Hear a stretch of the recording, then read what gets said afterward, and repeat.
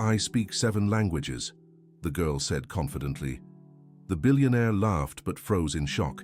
Emily Parker climbed the 50 floors of the most imposing building in New York City, with her heart racing and a folder of resumes she had already submitted to dozens of companies without success. At 22, she carried a worn-out backpack and dreams bigger than her empty bank account. It was when she reached the top floor that she discovered something unexpected. The interview wouldn't be with the Human Resources Department as she had imagined, but with Richard Thompson himself, the billionaire owner of the country's largest import-export company. Mr. Thompson is waiting for you, the secretary said, pointing to a glass-walled meeting room. Emily swallowed hard. Through the glass, she could see 5 executives in expensive suits seated around a fine wooden table. Richard, a man around 55 with neatly combed grey hair, was flipping through some papers while talking to the others. "You may go in," the secretary repeated, noticing the young woman's hesitation. Emily took a deep breath and pushed the door open. The 5 men looked at her simultaneously, and she felt as if she were being judged by a tribunal. Richard lifted his eyes from the paper and studied her from head to toe. A simple pink blouse, jeans, worn-out sneakers, and that backpack she always carried. "So you're Emily," he said without standing up. "Sit down." She pulled out a chair and sat, placing her folder on the table. The silence in the room was deafening, broken only by the distant sound of New York City traffic 40 floors below. "Your resume is interesting," Richard continued, picking up a sheet. "But tell me something. Why does a young woman like you, with no corporate experience, think she can work for my company?" Emily felt her face grow warm, but she kept her posture straight. She had rehearsed this answer for weeks. "Mr. Thompson, I know I don't have office experience, but I have something that could be very valuable for an import-export company." "And what would that be?" he asked, leaning back in his chair with a smirk. "I speak 7 languages, Emily said with a confidence that surprised even herself. The silence that followed was broken by Richard's loud laughter. The other executives joined in, some shaking their heads in disbelief. 7 languages, he repeated between laughs. "Girl, you look like you just stepped out of high school. Where did you learn 7 languages? On the internet?"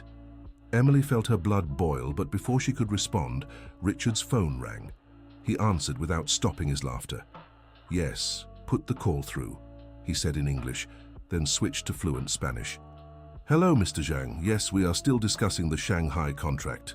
On the other end of the line, Emily could hear an agitated voice speaking in Mandarin.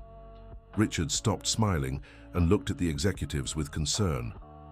"I'm sorry, Mr. Zhang, but I don't speak Mandarin. Can we continue in Spanish?" he said. But the voice on the other end grew even more upset. That's when Emily stood up and, without asking for permission, spoke loudly in perfect Mandarin.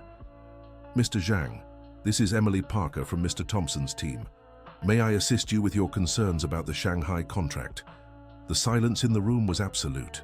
Richard froze with the phone in his hand, while the other executives gaped at each other. The voice on the other end of the line immediately calmed and began responding in Mandarin. Emily spoke for 5 minutes in fluent Mandarin, jotting down notes on a piece of paper. When she finished, she handed the phone back to Richard, who was still in shock. "Mr. Zhang was concerned about a specific clause in the contract. He wanted to confirm if the products would be delivered before Chinese New Year, because if not, they'd miss an entire sales season.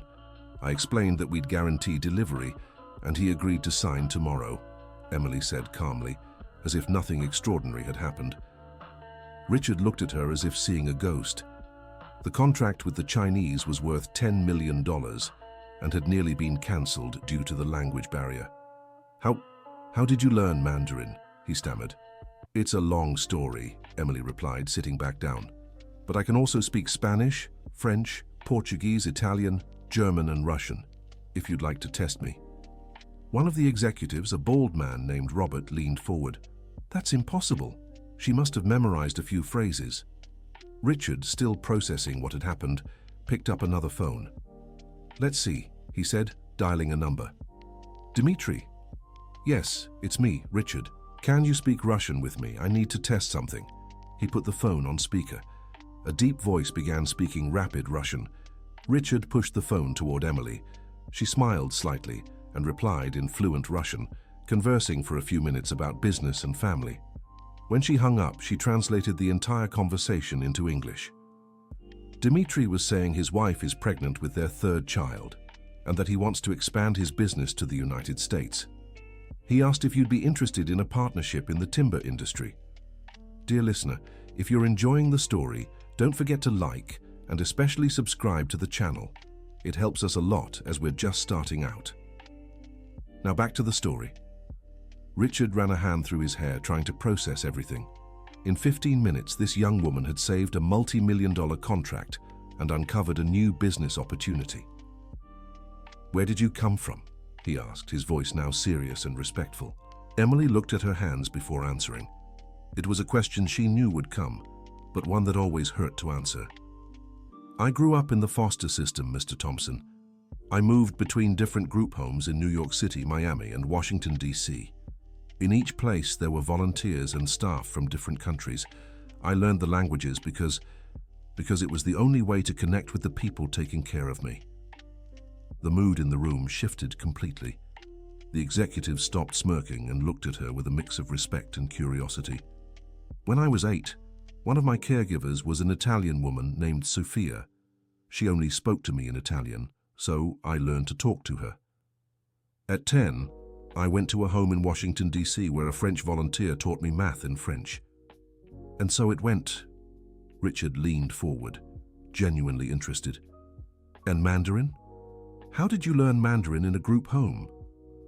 "There was a Chinese adopted girl in the same home as me in New York City. Her adoptive parents spoke Mandarin at home, and she taught me because I was the only one patient enough to play with her. She missed China and taught me the language so she wouldn't forget her roots." Emily paused, remembering her childhood friend. "German I learned from a German couple who almost adopted me. They changed their minds at the last minute, but for the 6 months I lived with them, we only spoke German. Russian." She hesitated. "I learned from a university professor who volunteered at the shelter. He said I had a knack for languages and that it could be my future." The silence in the room was now one of respect. Richard looked at the executives and then back at Emily. "Why did you come here? Why my company?" "Because you have contracts with dozens of countries, and I researched every firm in New York City. Yours is the only company that truly needs someone who speaks multiple languages. The others only do business in English and Spanish." Richard Thompson nodded slowly. He had built his empire precisely by exploring markets that other American entrepreneurs ignored because of the language barrier. "And what do you want? What position are you looking for?" "Anything," Emily Parker answered honestly. "I need to work, Mr. Thompson. I have no family, no one. If I get an opportunity here, I promise I'll give it my all." Robert, the bald executive, whispered something in Richard's ear and he nodded. "Emily, I'll be frank with you. What you just did was impressive, but I need more than a 15-minute test. I'll give you a chance, but it'll be a 30-day trial period. No guarantees." Emily felt her heart race with joy but kept her composure. "I accept, Mr. Thompson, thank you." "Don't thank me yet," he said, standing up. "It'll be tough. You'll work directly with me, translating documents, attending international meetings, interpreting calls. If you make a mistake that costs the company money, you're out on the spot. Understood?" "Perfectly." "Good. Start tomorrow at 8 in the morning. The secretary will explain the details," Richard said, extending his hand. Emily shook it, trying not to show the nervous tremor of excitement she felt. "One last thing," he said as she was almost out the door. "How did you hear about the position? I never posted an ad for an interpreter." Emily stopped at the door and smiled. "I didn't hear about a specific opening, Mr. Thompson. I've been dropping off resumes at every big company in New York City for 2 months. Today was your company's turn." Richard watched her leave, impressed by the young woman's determination. When the door closed, Robert approached him. "Boss, are you sure about this? She came out of nowhere right when we had that issue with the Chinese. Don't you think it's suspicious?" "Robert, in 40 years of business, I've learned to recognize real talent. That girl isn't faking it. Did you see the desperation in her eyes when she said she needed work? But what if she's a spy? What if someone sent her here?"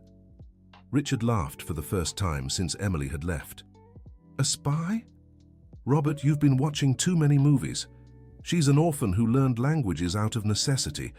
If she were a spy, she'd be better dressed and wouldn't have shaky hands from nerves.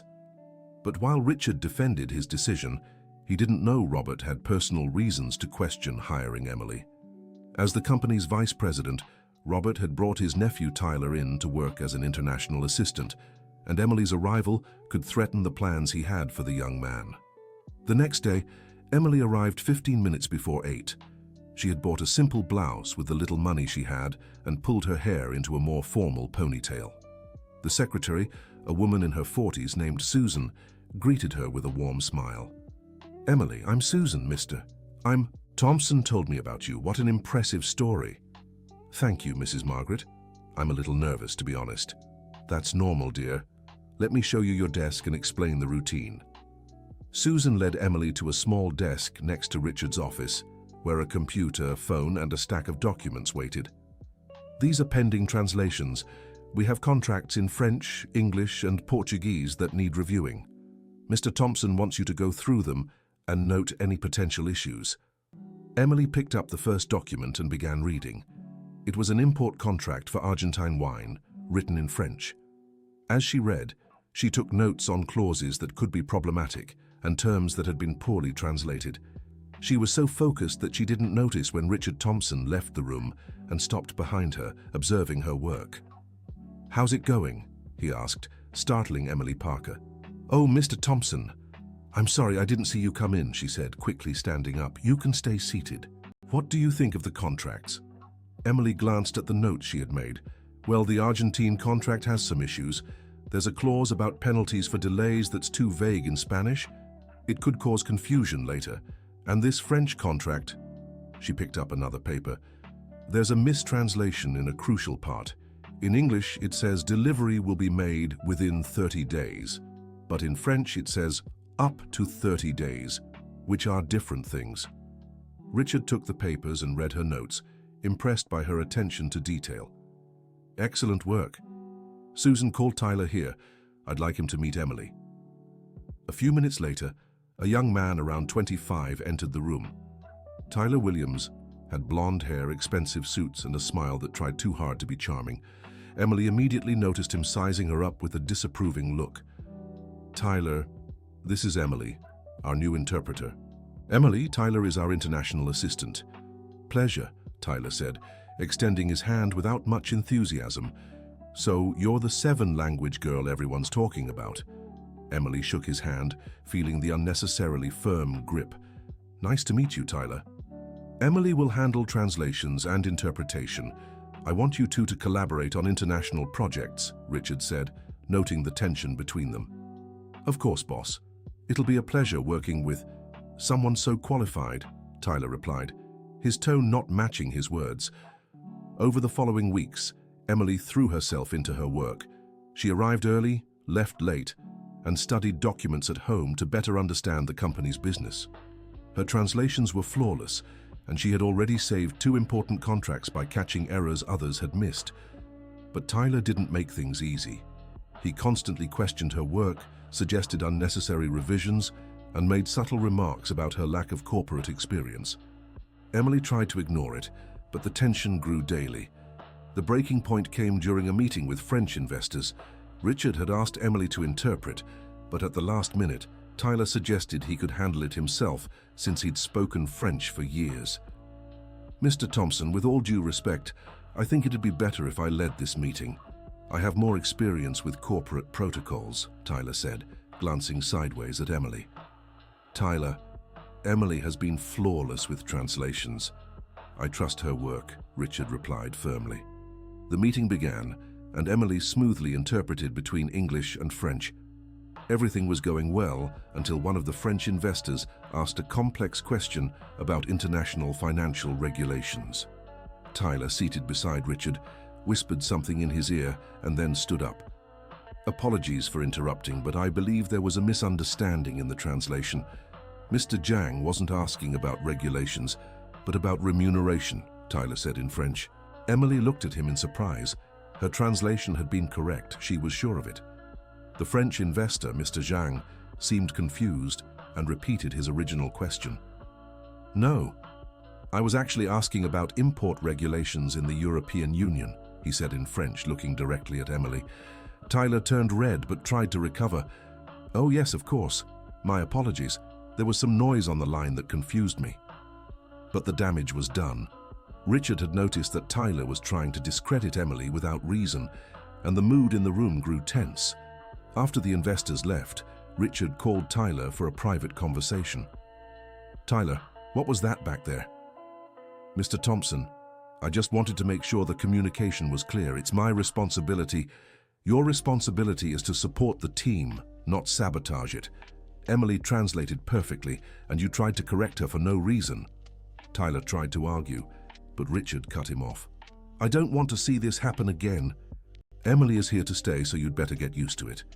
Dear listener, if you're enjoying the story, don't forget to like and especially subscribe to the channel.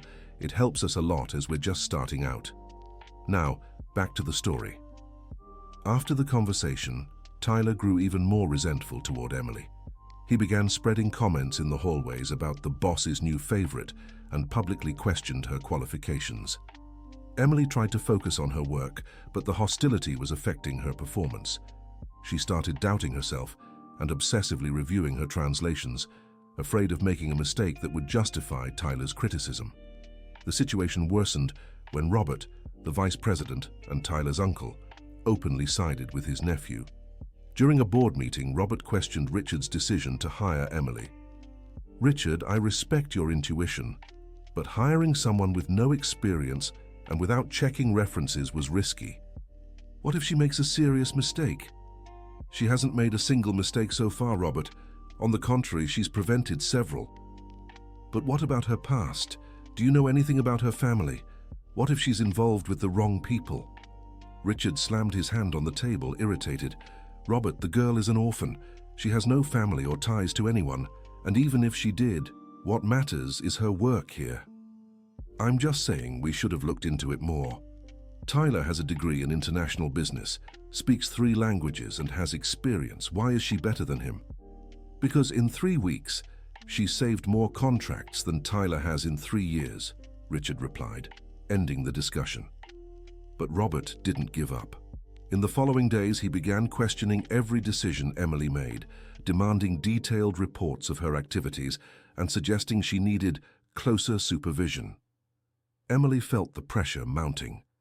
She worked late, triple-checked everything, and avoided talking to colleagues to avoid giving them reasons to criticize her. The confidence she'd shown on her first day was quickly fading. It was during this difficult time that something happened that would change everything. Emily was alone in the office on a Thursday night, finishing the translation of a Russian contract, when Richard's phone rang. Since he'd stepped out for a meeting and asked her to handle urgent calls, she answered. "Mr. Thompson's office, Emily speaking." "Emily? What a beautiful name," said a woman's voice in English with an Italian accent. "Could you put Mr. Thompson on the line?" "He's in a meeting at the moment. Can I help you with something?" The woman hesitated before answering. "Well, perhaps you can. I'm Elena Rossi from the Italian company Rossi Import. We have a serious issue with our contract. There was a misunderstanding about the delivery dates, and we need to resolve it today or we'll lose millions of euros." Emily grabbed a notepad and started writing. "Can you explain the exact problem?" Elena began speaking quickly in Italian, mixing in English. It was clear she was nervous and confused. Emily let her speak for a few minutes, then responded calmly in fluent Italian. "Mrs. Rossi, I completely understand your concern. I'll review the contract right away and call you back in 20 minutes with a solution." Emily hung up and rushed to the file where the international contracts were kept.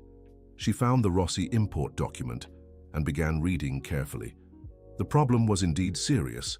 There was a discrepancy between the dates in Italian and English that could result in massive penalties for both companies. She analyzed every clause, researched international trade laws online, and formulated a solution that would benefit both parties. 20 minutes later, she called Elena back. The conversation lasted 40 minutes, entirely in Italian, and by the end, Elena was relieved and grateful. "Emily, you saved our company. This misunderstanding could have cost us dearly. Mr. Thompson is lucky to have someone like you." It was my pleasure to help, Mrs. Rossi. I'll email the revised document later today. When Richard returned from the meeting, Emily was waiting for him with a detailed report of everything that had happened. Emily, this is incredible. Elena Rossi called me months ago about this issue, and none of our lawyers could resolve it. How did you understand the problem so quickly? I read the contract multiple times and researched international trade laws. The solution was hidden in the fine print of the original agreement.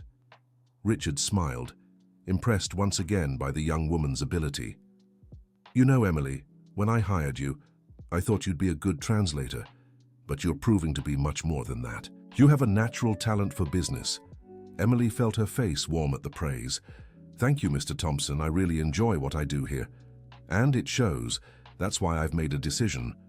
I'm promoting you to Senior International Assistant with a raise and more responsibilities. Emily nearly fell out of her chair. It was more than she had ever dreamed of. Mr. Thompson, I don't know what to say.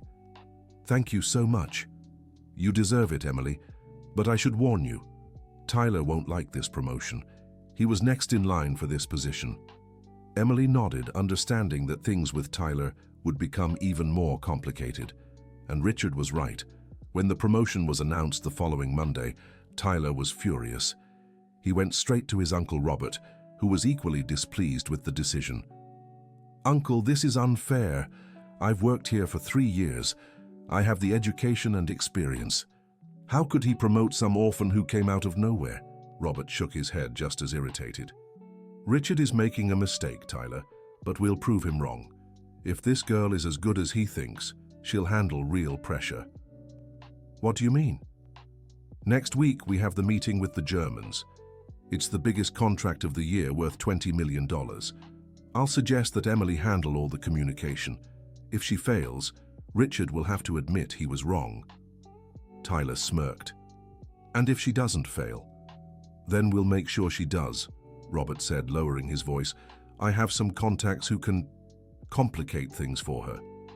Tyler hesitated. He wanted to discredit Emily, but sabotaging such an important meeting could harm the company. Uncle, are you sure about this? If the Germans cancel the contract, they won't cancel. They'll just delay until we get a more qualified interpreter. And then Tyler Williams will save the day and show why he deserves to be senior assistant. Meanwhile, Emily was preparing intensively for the meeting with the Germans. She studied similar contracts, researched German business culture, and practiced technical vocabulary in German every night. Richard Thompson had placed complete trust in her, and Emily Parker knew she couldn't let him down. This meeting could define not only her career, but also the future of the company. The night before the meeting, Emily was working late when she received a strange call. A male voice, speaking German with an odd accent, introduced himself as an assistant to one of the German businessmen. Miss Emily, I have important information about tomorrow's meeting. The contract terms were changed at the last minute. I need to send you the new documents for review tonight. Emily found it odd but thought it might be normal in international business. You can email them to me. I'll review everything tonight. I can't email them for security reasons. Can I leave the documents at the front desk of your building? You live at Maple Street, 467, apartment 23, correct? Emily froze. She had never given her address to anyone at the company, let alone the Germans. How did you get my address? The line went silent for a few seconds. It's in our security records, standard procedure to verify addresses for all employees involved in important negotiations. Something was very wrong. Emily hung up and immediately called Richard Thompson. Mr. Thompson, I'm sorry to bother you so late, but I just received a suspicious call about tomorrow's meeting. Richard listened carefully as Emily recounted the call.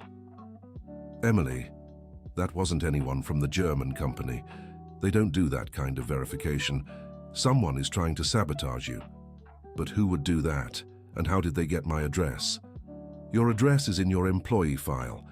Anyone with system access can see it, Richard said, his voice growing more serious. Emily, I think someone inside the company is trying to undermine you. Emily felt a chill in her stomach. She had suspected Tyler didn't like her, but she never imagined someone would try to sabotage her. What should I do, Mr. Thompson? Keep preparing for the meeting as usual. I'll look into who made that call. And Emily? Yes? Don't trust anyone until we find out who's behind this. Emily spent the night wide awake, reviewing documents and wondering who could want to harm her. She had always been cordial with everyone, worked hard and given no reason for animosity. On the morning of the meeting, she arrived at the office 2 hours early. She wanted to review everything one last time and ensure she was prepared for any eventuality. The German businessmen arrived promptly at 10 in the morning. They were 3 middle-aged men, all very serious and formal. The group's leader, Mr. Schroeder, greeted Richard in English and then looked at Emily. "Is this our interpreter?" he asked in German. "Yes, Emily Parker. She speaks German fluently," Richard replied in English. Emily introduced herself in perfect German, greeting each visitor appropriately. Mr. Schroeder seemed impressed by her fluency. The meeting started well. Emily translated quickly between English and German, keeping the conversation flowing without losing important nuances. The Germans discussed complex technical terms, and she kept up effortlessly. But after an hour, something strange happened. Tyler entered the room with a worried expression. "Mr. Thompson, sorry to interrupt, but there's an urgent call from the Germans. There seems to be an issue with the documents." Richard paused the meeting and answered the phone. On the other end, a voice spoke rapidly in German. Richard looked at Emily, who translated. "They're saying the documents they received have different information from what we're discussing here. There are discrepancies in the numbers and deadlines." Mr. Schroeder stood up, clearly angry. "This is unacceptable. How can we negotiate if we don't even know the real terms?" Emily felt panic rising. She had reviewed all the documents multiple times and was certain they were correct.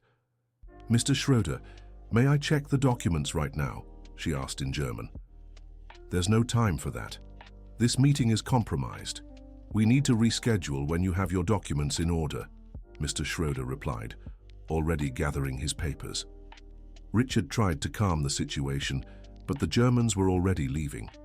In 15 minutes, the biggest contract of the year had fallen apart. When they were alone in the room, Richard turned to Emily.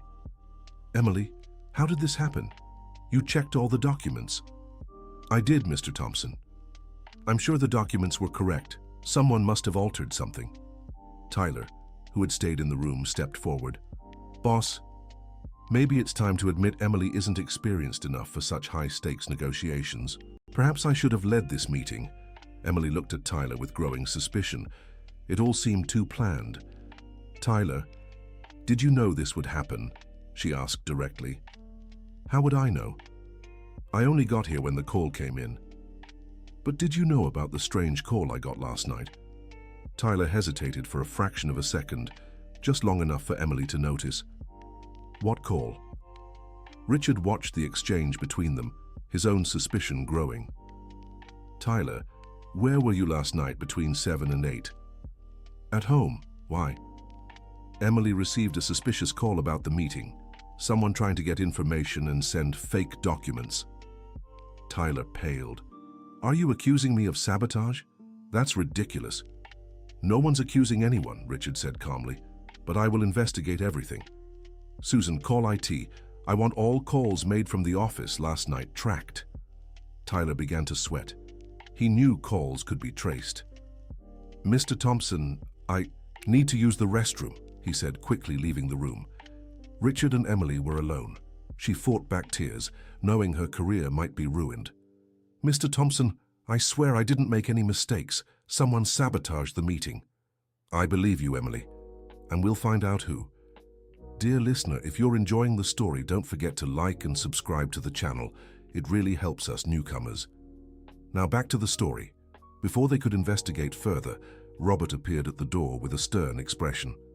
"Richard, we need to talk. What happened here was serious, and the shareholders won't be happy to hear we lost a $20 million contract due to incompetence." "It wasn't incompetence, Robert, it was sabotage." "Sabotage? Richard, you're being paranoid. The girl made a mistake, period. It happens to anyone without experience." Emily felt anger rising. Robert was clearly protecting Tyler. "Mr. Robert, do you know anything about the call I got last night?" "What call? I don't know anything," Robert replied, avoiding her gaze. Richard was starting to connect the dots. Robert, were you here last night? I stopped by briefly to pick up some documents. Why? What time? Robert hesitated. I don't remember exactly, around 7, 8 o'clock. Was Tyler here too? He might have been. I wasn't paying attention. Richard grabbed the phone and called IT. I need a report on all calls made from the office last night between 7 and 9. Now. Robert grew nervous. Richard, this is unnecessary. You're making a mountain out of a molehill. If there's nothing to hide, there's no problem with an investigation, Richard Thompson replied firmly. 15 minutes later, the IT technician brought a report. Richard read it silently, his expression growing increasingly serious. Robert, would you like to explain why 3 international calls were made from your phone yesterday at 8 in the evening?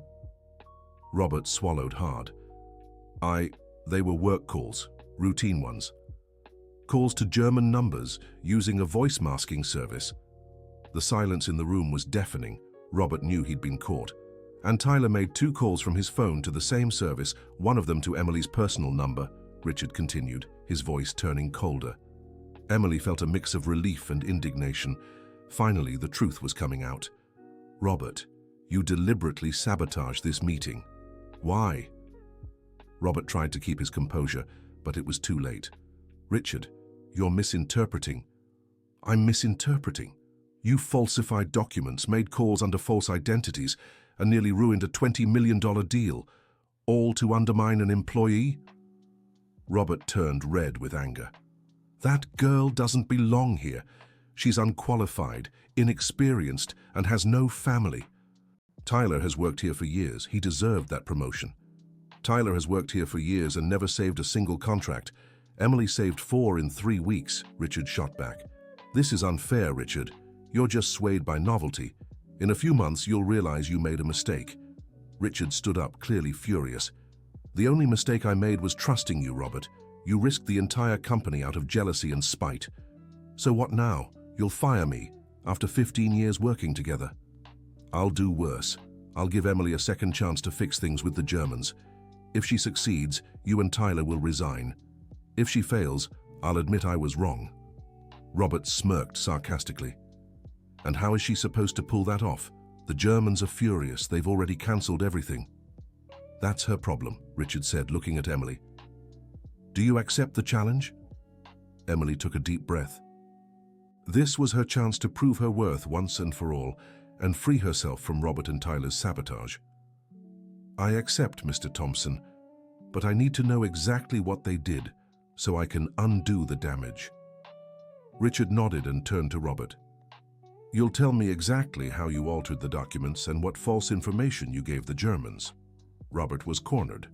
Reluctantly, he began explaining how Tyler had accessed the system the night before, changing values and dates in specific documents, then called German numbers using a voice masking service to create confusion. The idea was to cast doubt on Emily's competence, force a postponement of the meeting, and then Tyler would step in as the savior, Robert admitted. Emily listened with a mix of anger and determination. Now that she knew exactly what had been sabotaged, she could work to fix it. Mr. Thompson, I'll need the German businessmen's phone numbers and permission to speak with them directly. You'll have everything you need. How long do you think it'll take? Emily checked the clock. It was noon on Thursday. If I can reach them today, I can schedule a meeting for tomorrow morning, but I'll need to work all night preparing new documents. Do whatever it takes. Emily left the room determined. She had less than 24 hours to save the company's biggest deal and prove her worth once and for all. Her first call was to Mr. Schroeder. She dialed the hotel where he was staying directly and spoke in German. Mr. Schroeder, this is Emily Parker. I know you're upset about what happened today, and you have every right to be, but we discovered there was internal sabotage. Someone within our company deliberately altered documents to harm the negotiations. Mr. Schroeder was surprised. Sabotage? Why would anyone do that? 4 personal reasons that have nothing to do with the contract. The person responsible has already been identified and will be punished. I can assure you the original documents are correct, and we can resolve everything tomorrow morning. Miss Emily, I appreciate your call, but how can I be sure this won't happen again? Because I'll personally review all the documents tonight, and deliver them directly to you tomorrow morning. And Mr. Thompson will be present to ensure everything is in order." Mr. Schroeder thought for a moment. "Very well. We'll give it a second chance, but if there's any issue tomorrow, we'll cancel for good." "Understood. Thank you for the second opportunity." Emily hung up and immediately got to work. She asked Susan to cancel all her appointments and said she'd spend the night at the office. All afternoon and evening, Emily went over every line of the contracts, checked all the translations, and prepared supporting documents. She wanted to be absolutely certain there was no room for error. At 3 in the morning, she was still working when Richard appeared in the office. "Emily, you should be sleeping. The meeting is in 5 hours." "Just 1 more hour, Mr. Thompson. I want to review everything one last time." Richard sat at the table beside her. "Emily, can I ask you a personal question?" "Of course." "Why is this so important to you? With your talent, you could work anywhere." Emily stopped typing and looked at him. "Mr. Thompson, this is the first time in my life someone has believed in my potential. In the orphanages, I was just another kid. At school, I was the weird orphan who spoke strange languages. Here, for the first time, I feel like I can make a difference." Richard nodded, moved. "And you do make a difference, Emily, more than you realize. That's why I can't let you down. This company gave me a chance when no one else would. I'll fight to the end to deserve that trust." Richard smiled. "Let me finish reviewing these documents. You go home and rest for a few hours." "But Mr. Thompson, that's an order. You need to be well rested for the meeting." Emily reluctantly agreed. She went home, took a quick shower, and slept for 2 hours. By 7 in the morning, she was back in the office, dressed formally with the documents neatly organized. The Germans arrived at 9, clearly skeptical but willing to give it another chance. Mr. Schroeder greeted Emily with a respectful nod. "Miss Emily, we hope today will be different." "It will be, Mr. Schroeder. I guarantee it." The meeting began with Emily explaining exactly what had happened the day before. She was honest about the internal sabotage and presented evidence of the falsified calls and altered documents. The Germans were impressed by her transparency and professionalism. Mr. Schroeder remarked in German to his colleagues that it was rare to see a company admit mistakes so openly. From there, the meeting went perfectly. Emily translated with precision, clarified doubts, and even suggested improvements to terms that would benefit both sides. Her preparation from the night before proved crucial when the Germans asked specific technical questions. After 3 hours of intense negotiation, Mr. Schroeder stood up with a smile. "Mr. Thompson, we have a deal. This is the kind of professionalism we expect from our American partners." The contracts were signed, and the Germans left satisfied, especially praising Emily's work. When they were alone, Richard embraced Emily. "You did it. Not only did you save the contract, but you impressed the Germans more than any other negotiator they've met." Emily smiled, exhausted but fulfilled. "Now I can sleep peacefully." "Yes, you can. And Robert and Tyler can start looking for new jobs." As promised, Richard called Robert and Tyler into a meeting at the end of the day. Both knew what awaited them. "Well, the contract is signed. Emily not only fixed the damage you caused, but secured even better terms than the original ones," Richard began. Robert tried to maintain his dignity. "Congratulations to her. So what now?" "Now you have 2 options. Resign today with a neutral recommendation letter, or be fired for just cause tomorrow with everything documented in your records." Tyler looked at his uncle, defeated. "We'll resign." "Good choice. Susan has the paperwork ready. You have until the end of the day to clear your desks." After Robert and Tyler left, Richard called Emily in for one last conversation. "Emily, I'd like to make you an offer." "Yes, Mr. Thompson. I'm creating an international department just for you. You'll be the Director of International Relations with your own team and full autonomy to negotiate contracts directly. What do you think?" Emily nearly fainted. "Mr. Thompson, I don't know if I'm ready for so much responsibility." "Emily, these past few weeks have proven you're ready for anything. You have talent, determination, and integrity. Those are the only qualifications that truly matter." Emily felt her eyes welling with tears. "I accept, Mr. Thompson, and I promise you won't regret it." "I know I won't."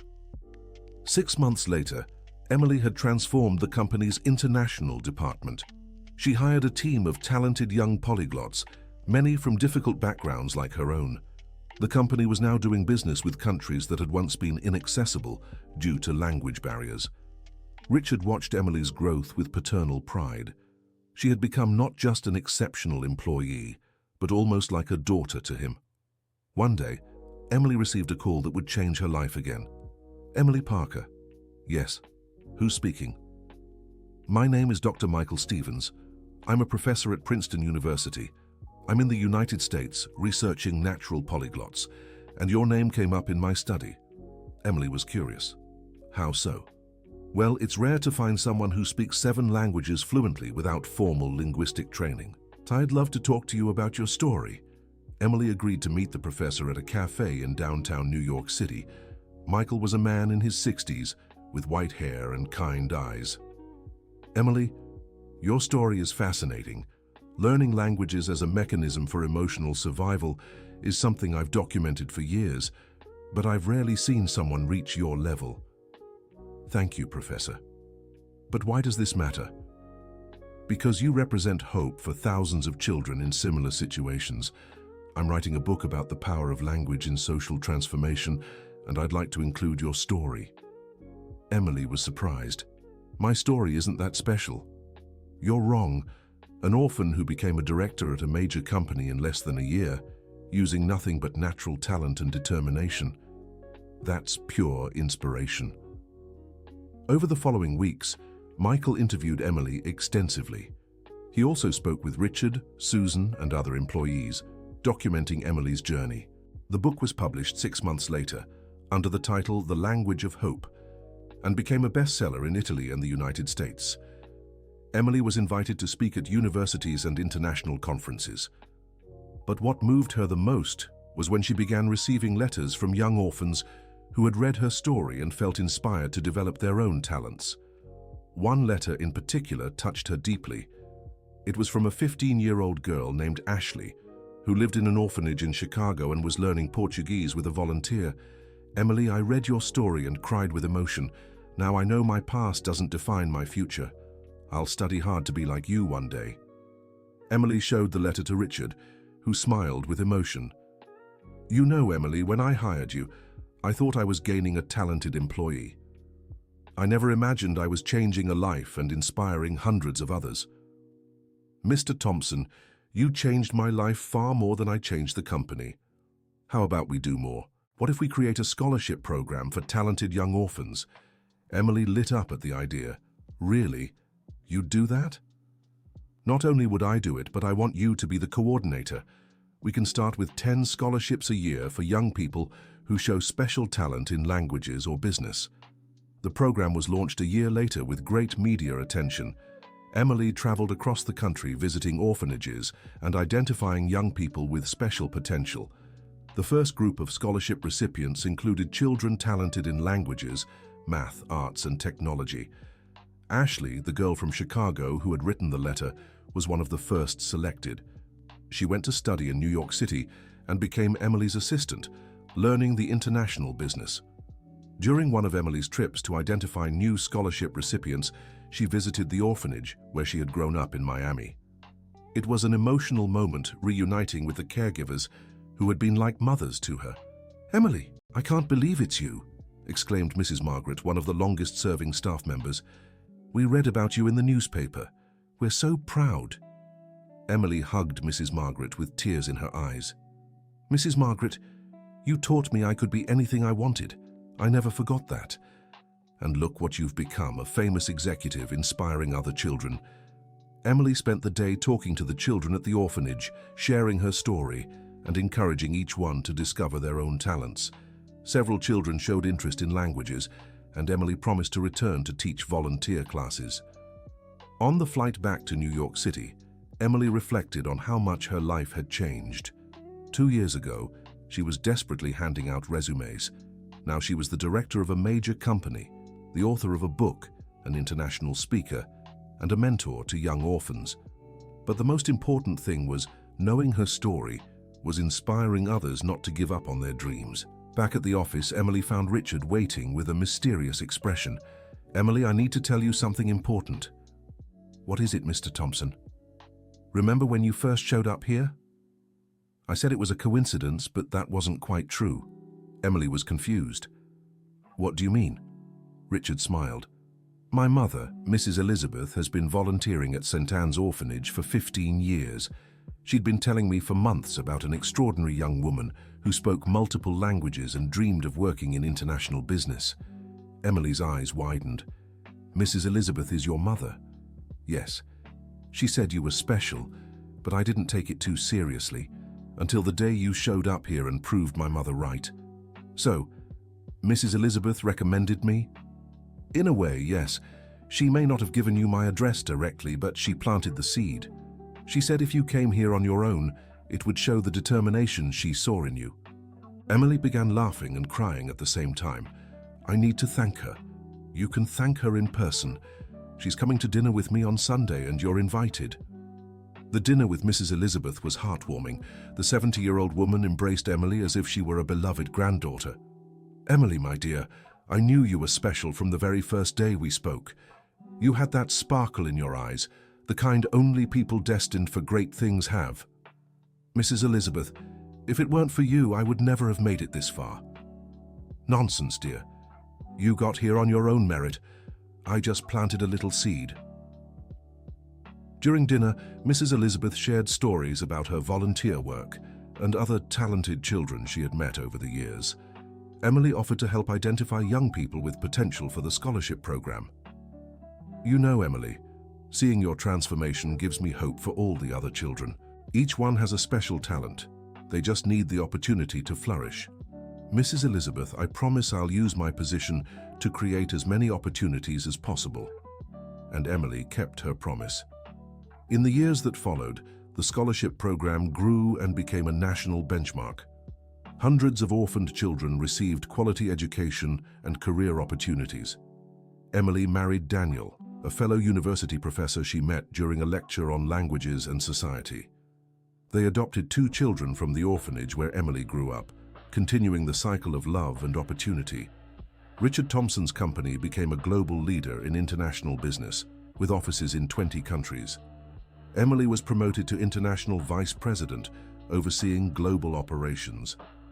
But her greatest personal achievement was the letters she regularly received from young people inspired by her story, former scholars who had become doctors, engineers, teachers, entrepreneurs, all of them remembering how the story of an orphan who spoke 7 languages had inspired them to chase their dreams. One Friday afternoon, 5 years after her first interview, Emily was in her office reviewing reports when she received a special call. "Emily Parker." "Yes, who's speaking?" "It's Ashley Nicole. Do you remember me? I was one of your first scholarship recipients." Emily smiled. Ashley was one of the brightest young women she had ever met. "Of course I remember. How are you?" "Great. I'm calling with some news.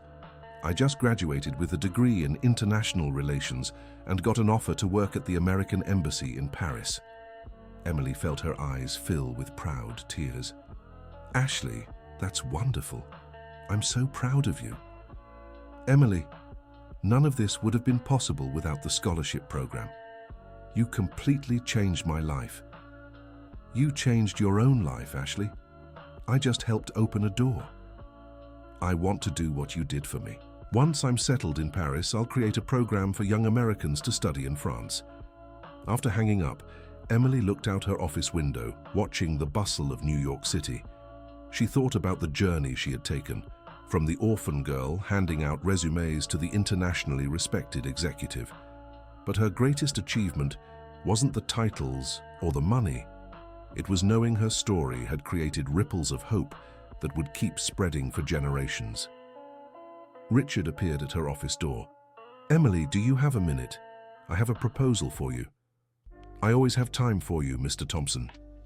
"Actually, I think it's about time you just call me Richard," he said, smiling.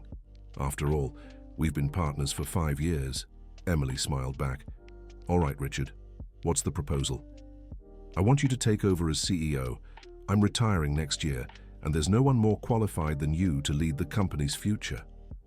Emily was speechless. It was more than she had ever dreamed. "Richard, I don't know if I'm ready for that much responsibility. Emily, you were ready from the very first day you walked in here.